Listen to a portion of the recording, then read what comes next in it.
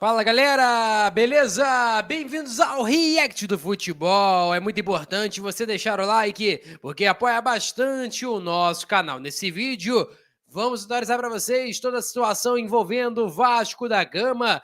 O CFO, o Rafael Viana, abriu o jogo, falou sobre a dívida do Vasco e vou falar para vocês, é uma situação bastante complicada. O Felipe Carregal também, que é o VP jurídico, falou sobre tudo envolvendo a 777 e como está a situação do Vasco hoje. Então é muito importante você deixar o like, você se inscrever no canal e acionar o sininho de notificação para não perder nenhum conteúdo. Vamos ouvir agora o que eles falaram à Vasco TV sobre essa situação. Vou botar o vídeo para vocês agora. A SAF aumentou? Infelizmente, sim. Desde que a Vasco SAF foi criada, a dívida aumentou em cerca de 350 milhões de reais. Por que isso acontece? São vários motivos, como eu já falei.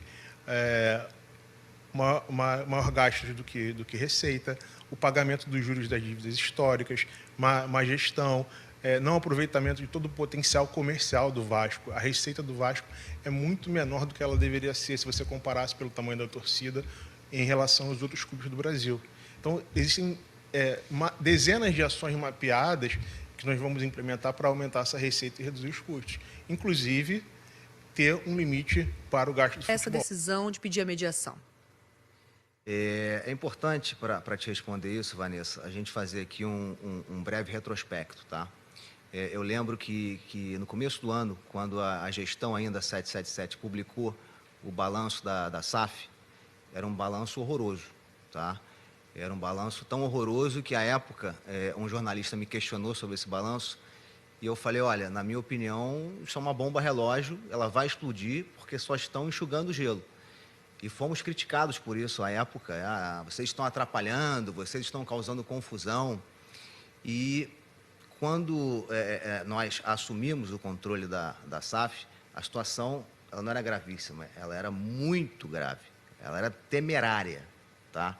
Por quê, Vanessa? Porque a Vasco SAF, ela nasce devendo 700 milhões de reais, tá? Essa foi a operação que o Vasco fez com a 777. Então, se você tem uma empresa, se você é o gestor de uma empresa que está devendo 700 milhões de reais, o que você precisa fazer? Pagar, de alguma forma, tá? O nome disso é gestão ativa da dívida. Isso não estava sendo feito.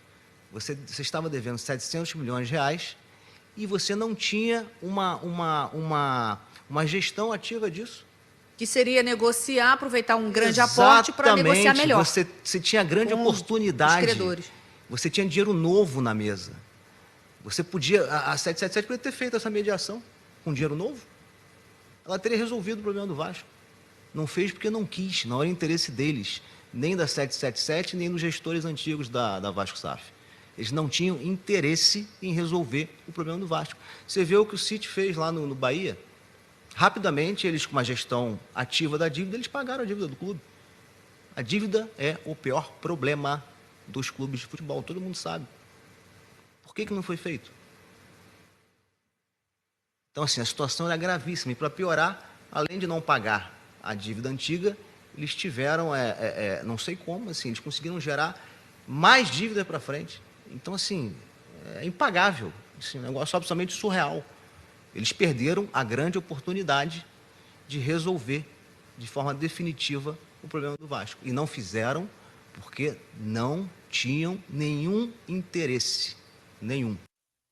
Então, portanto, galera, você conseguiu ver aí o Felipe Carregal ali, ele foi o último a falar, o primeiro foi o Rafael Viana.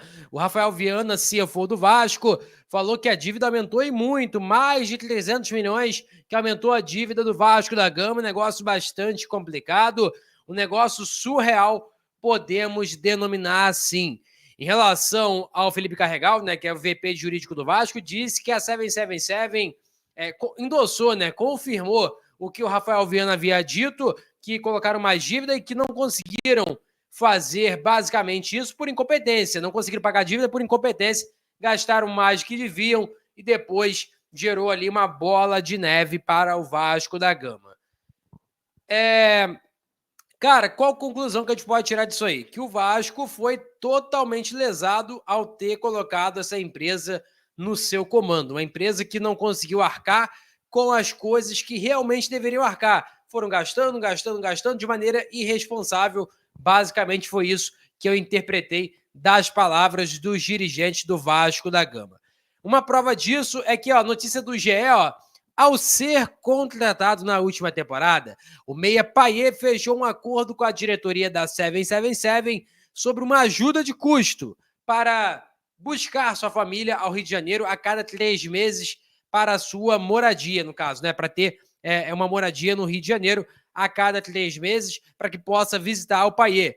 Porém, depois de algumas visitas dos seus filhos e também da sua esposa, Payet percebeu que o valor era insuficiente e acionou seus agentes para renegociar a questão com a diretoria do Vasco da Gama, mas o adicional não foi assinado pela SAF.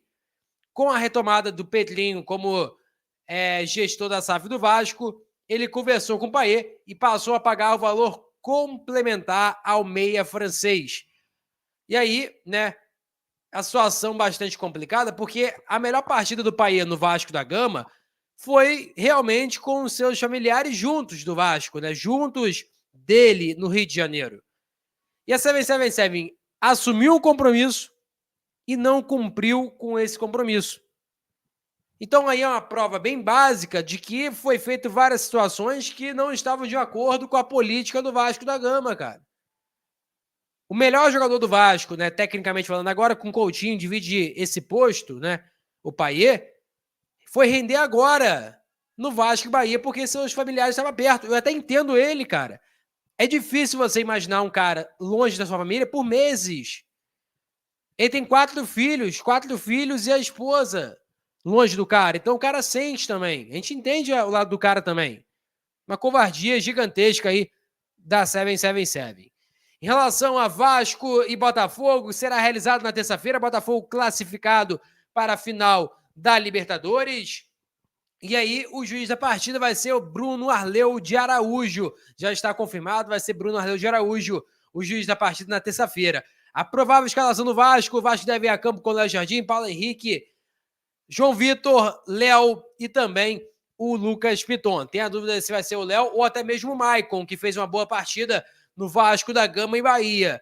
Na volância, volta o Hugo Moura de suspensão e vai ser Hugo Moura e Matheus Carvalho. Na ponta direita, Pumita, ponta esquerda, o Emerson. E aí, no meio, a dúvida se vai ser o Payet ou se vai ser o Coutinho, que foi preservado por conta de desgaste muscular. E na frente, o retorno de Pablo Verrete ao comando de ataque após também ficar suspenso pelo 3º cartão amarelo, assim como foi com o Hugo Moura.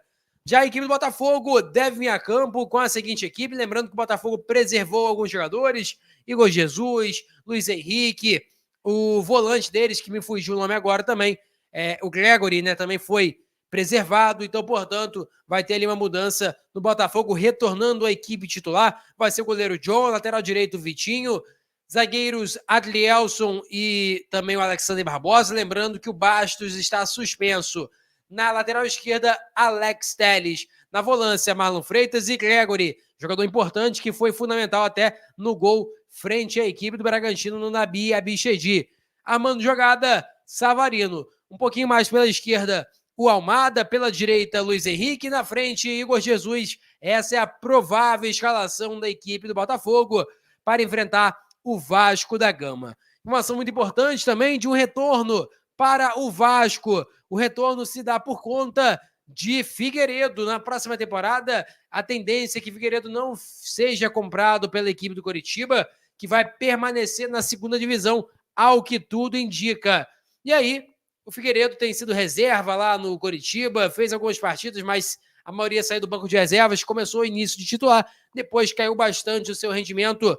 E aí, a possibilidade realmente é que o Figueiredo retorne para o Vasco e já seja aí o primeiro reforço, em aspas, para o Gigante da Colina na próxima temporada. Lembrando que reforço em aspas, porque o Figueiredo vem de péssima campanha na Série B, quem dirá na Série A, caso o Vasco realmente pegue uma Libertadores ou até mesmo uma Sul-Americana.